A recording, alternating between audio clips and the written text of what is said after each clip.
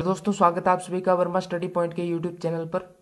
आज हम भूगोल का जो बहुत ही महत्वपूर्ण टॉपिक है मानचित्र को पढ़ने वाले हैं। भूगोल के अंदर मानचित्र का बहुत महत्व होता है। अगर आप मानचित्र को समझ गए तो आपको 50% भूगोल है वो आसानी से हल हो जाएगी। तो आइए शुरू करते हैं।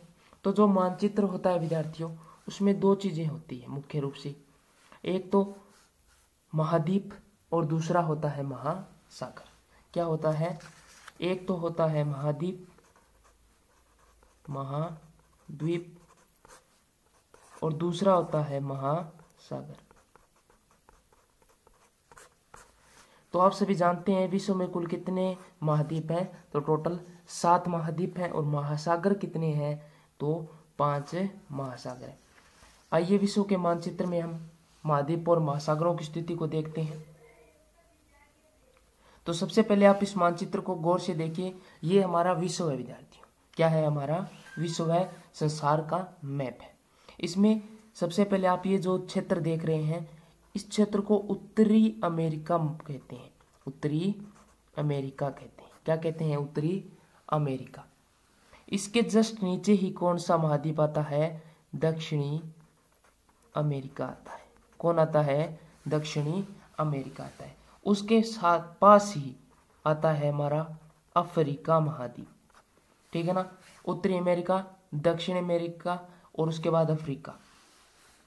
ये हमारा कौन सा भाग हो गया? एशिया। ठीक है ना? और ये जो छोटा सा है ये हमारा यूरोप है। ठीक है ना? ये जो क्षेत्र है ये यूरोप का क्षेत्र है। ये बड़ा क्षेत्र है ना, ये क्षेत्र यूरोप में आता है और ये क्षेत्र है ये एशिया में आता है। हमारा जो भारत है वो एशिया में है। कितने हो गए? 1 2 3 4 और 5, 5 हो गए। छठा हमारा हो जाएगा ऑस्ट्रेलिया। ऑस्ट्रेलिया सबसे छोटा महाद्वीप है ऑस्ट्रेलिया, और सबसे बड़ा महाद्वीप कौन सा है? हमारा एशिया है। और अंत में जो ये नीचे आप देख रहे हैं अंटार्कटिका। ठीक है? ये हमारे 7 महाद्वीप हो गए। दोबारा से देख लीजिए स्थिति। ये हो गया हमारा उत्तरी अमेरिका, दक्षिणी America, Africa, Europe, Asia, Australia और अंटार्कटिका। अब ये भाग रह गया। अब आप सोच रहे होंगे कि सर ने तो 7 ही महाद्वीप बताए, लेकिन ये तो 7 पूरे हो गए, ये क्या है? तो ये है ना विद्यार्थियों, ग्रीनलैंड है। क्या है? ग्रीनलैंड है। और ये है ना जनसंख्या विहीन है। ठीक है ना? यहाँ पर जनसंख्या निवास नहीं करती है। ठीक है ना? ग्रीनलैंड में, इसलिए इसको महाद्वीप की श्रेणी में नहीं रखा गया है। अंटार्कटिका हो गया, ये भी जनसंख्या विहीन क्षेत्र है। यहाँ पर सिर्फ वेधशालाएं, प्रयोगशालाएं बनी हुई है वैज्ञानिकों की। ये रूस का एरिया है। ये रूस एशिया महाद्वीप में आता है, एशिया में। ठीक है ना? ये जो ये एशिया का ही भाग है। अब महासागरों की बात करते हैं। तो आपको पता है विद्यार्थी, महासागर कितने हैं? टोटल है 5 महासागर है। ठीक है ना? जिनको समझना बहुत ही जरूरी है, क्योंकि महासागरों में सबसे ज्यादा कंफ्यूजन होता है, में सबसे ज्यादा समस्या महासागरों को समझने में आती है।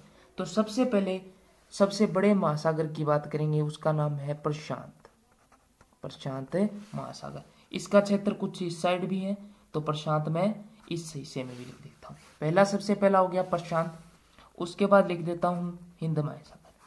देख लीजिएगा, हिंद महासागर एशिया के जस्ट नीचे है। भारत के नीचे होने के कारण इसको हिंद महासागर कहते हैं।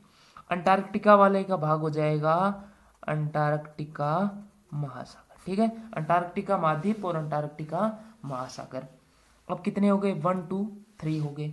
अब 2 रह गए जो वेरी वेरी इंपॉर्टेंट है। यहां पर है हमारा आर्कटिक। क्या है? आर्कटिक है। कौन सा है? आर्कटिक। और यहाँ पर क्या है? अंटार्कटिक है। अंटार्कटिक अस की आकृति वाला। ठीक है ना? अस की आकृति में होता है अंटार्कटिक, आर्कटिक और अंटार्कटिका। लाइन में याद रखना है आपको, आर्कटिक, अंटार्कटिक और अंटार्कटिका। ये 5 महाद्वीप हो गए विद्यार्थियों।